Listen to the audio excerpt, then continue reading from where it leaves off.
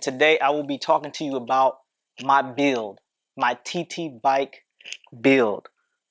Man, it's a beast.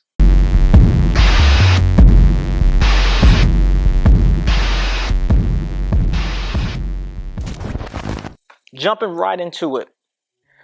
I built this bike piece by piece. It took a while to source everything, but everything was planned. It was thought out. I think I did a pretty decent job on it. It's pretty thorough. It's legit, man. Starting off, this is the Norcom Straight 1.1 frame. I went with the Norcom frame because it gave me everything that I wanted for a bike. Aesthetics, the carbon fiber weave on this bike is insane. Like looking at it on video, seeing pictures of it, it doesn't know justice. Like you gotta see this thing in person. The weave goes everywhere and it's got a high gloss finish to it. It looks beautiful. The frame, super stiff, super aero, and when you ride this bike, I can't explain it. It just gives you a certain type of feel, a certain type of connection with the road. And I just fell in love with the frame set, so I went on a search to find a Norcom frame. I found this frame from a guy out in Virginia. He bought it. He was building him a TT bike. He said he couldn't get into the riding position. It wasn't his thing. And man, he pretty much sold it for dirt cheap. So that's where I started. Walking through the rest of the components. We're going to start from the front and work our way to the back. My wheel set. My wheel set is a cheap wheel set. This is a Super Team wheel set, and I just have MV stickers on there, so I kind of rebranded it. If I could afford some MV wheels, trust me, I would have some, but right now they're just not in the budget. The front wheel is 50 millimeters deep. I'm running the Conti Race 28 tubes.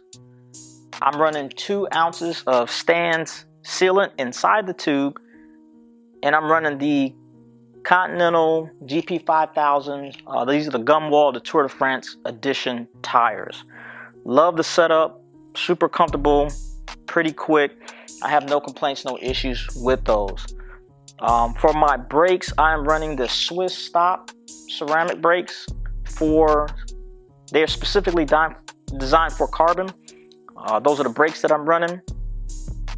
Up front, my base bars. My base bars are 400 wide and they have a 5 millimeter drop in them. And they are the Pro Missile base bars. Very comfortable, very aero, no complaints with them. On the ends of the base bars, I double wrap my bars because I prefer like a fatter grip when I'm holding on to the base bars. Yeah, double wrap. Moving up, my aero bars. My aero bars are the 3T Performance aero bars. I got my Di2 shifters on the end, and right underneath the Di2 shifters, I have some, it's kind of like a skateboard grip tape. You know, and it's just enough to give me just enough grip. Very comfortable.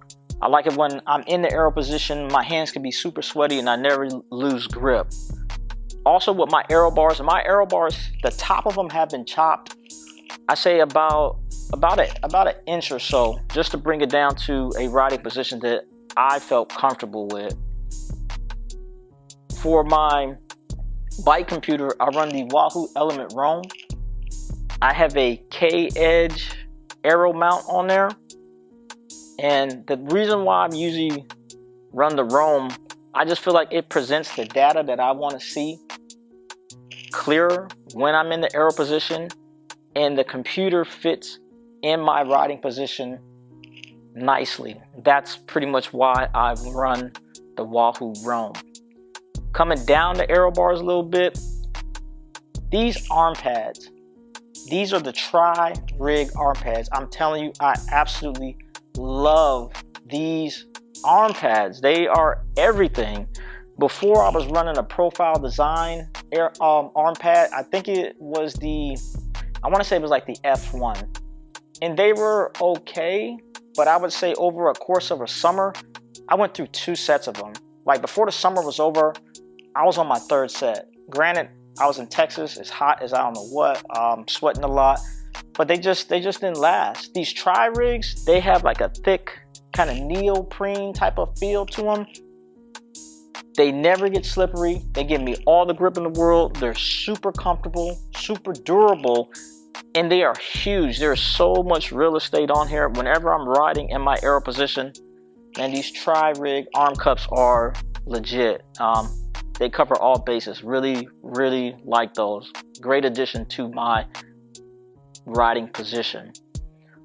Also on the front of the setup of the bike, I'm running 10 millimeters of stack from the base bar to the aero bar. For the stem, I'm running a zip service course stem. This is a 90 millimeter long plus 17, and it's pretty straight. I've thought about running an 80 mil stem just to bring it in just a little bit more, but right now everything's working for me.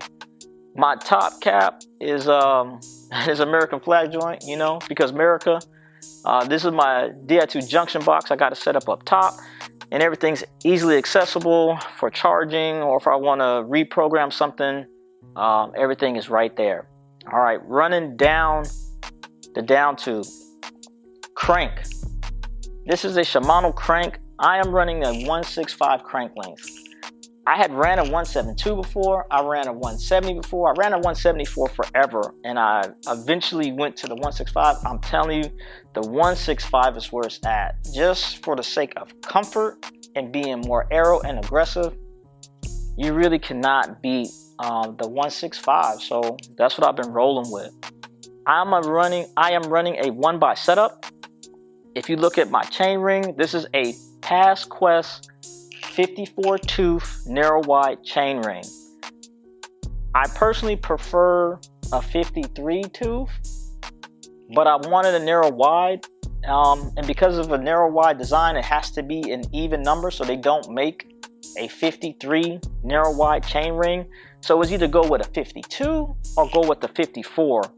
So I went with the 54, and to be honest, it's legit. I haven't had no problems with it. I love the way it spins. I like the added security for the narrow wide, and it looks pretty good on the bike. Even though I have a 1x setup, I do have an inner chain ring. My inner chain ring is a DuraAce 42 tooth. I played with the idea of getting a front derailleur, but I just really haven't had the need for it. And if I'm going to ride something that's very hilly or steep, I'll just get on my road bike and cruise up the hill. Most of the time I'm on this thing, I'm going straight, fast, short distance. So I'm sticking with the 1x. I have a chain stay. It's the drag to 0. This thing is pretty legit. I like the way it looks. Like I said, added security. I haven't had any issues with dropping chains, even before I had that on there or before I was running the narrow wide. I think the biggest thing is just making sure you get the proper chain tension. And once you figure that out, I mean, you should pretty much be chain drop free.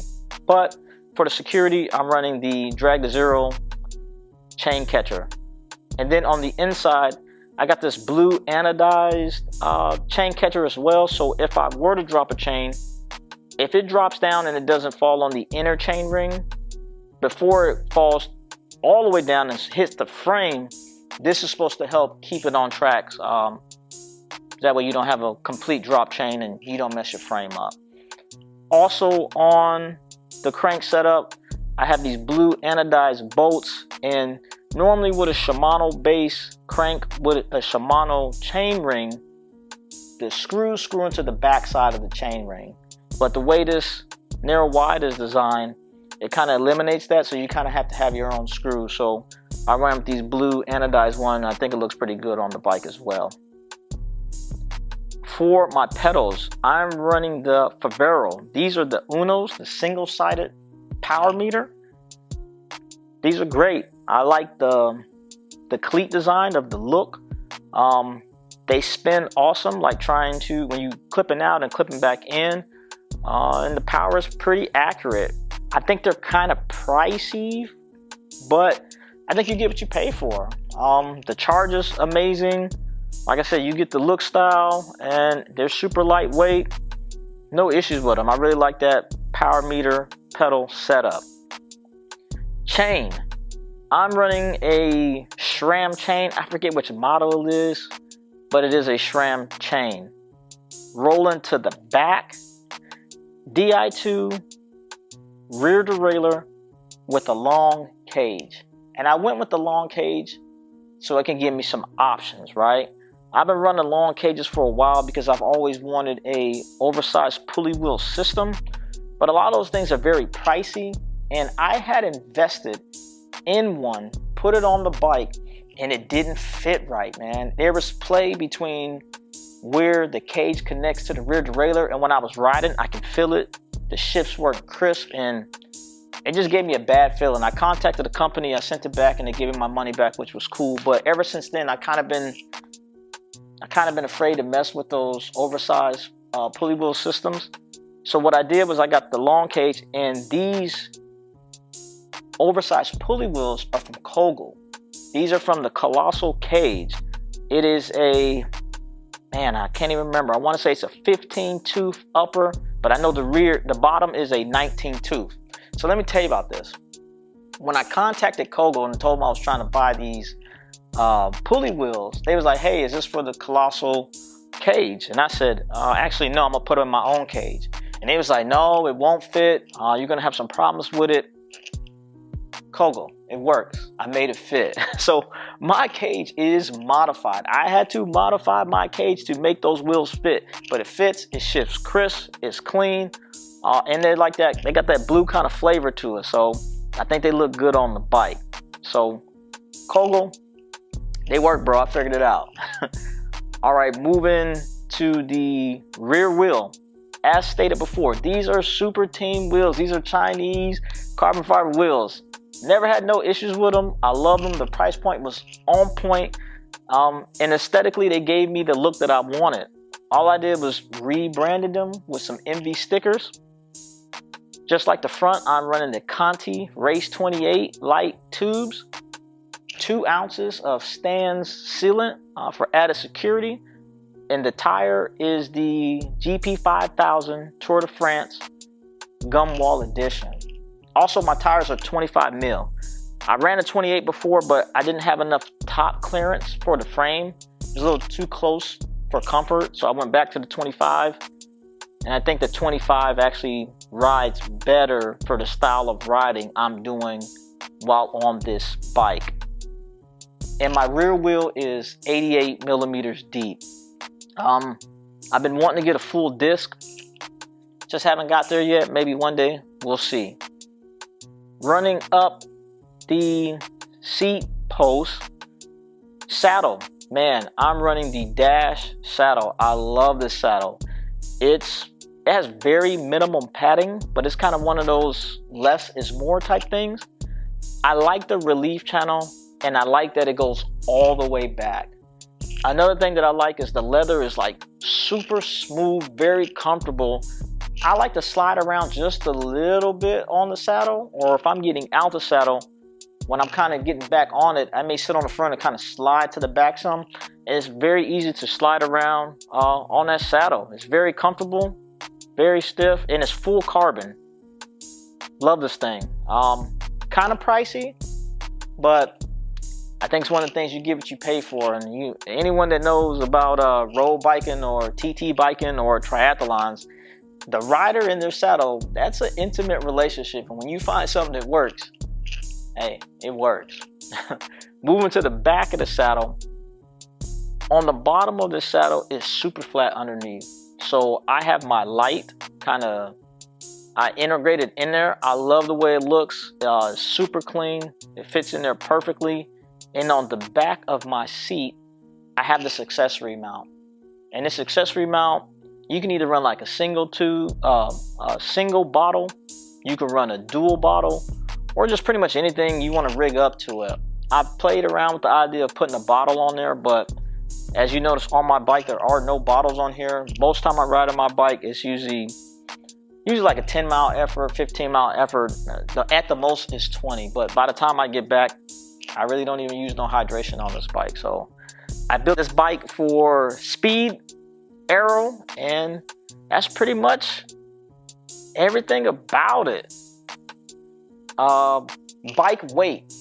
As it sits right now, everything on it, bike computer, everything, the bike weighs 20 pounds, 20.64 pounds. It's a pretty heavy bike, but weight really doesn't play that much a role in a TT bike. The biggest thing is the bike aero, are you aero, and what's your power looking like? You get those three things aligned, and I think bike weight really doesn't have a factor into that. And that's it, man. That kind of concludes it. Y'all stick around for a couple more minutes. I'm gonna give you the free hub sound because you know everyone's doing that. I really don't like the free hub sound of these wheels. They don't sound that good to me, but I'll let y'all hear it anyway. Hey, one thing I forgot to mention was my rear cassette. I'm running the SRAM Red XG1190. I got a whole video about why I'm running that. Like I said, the free hub, it don't sound... I've heard way more aggressive stuff, but let's spin this thing up so you can hear what it sounds like.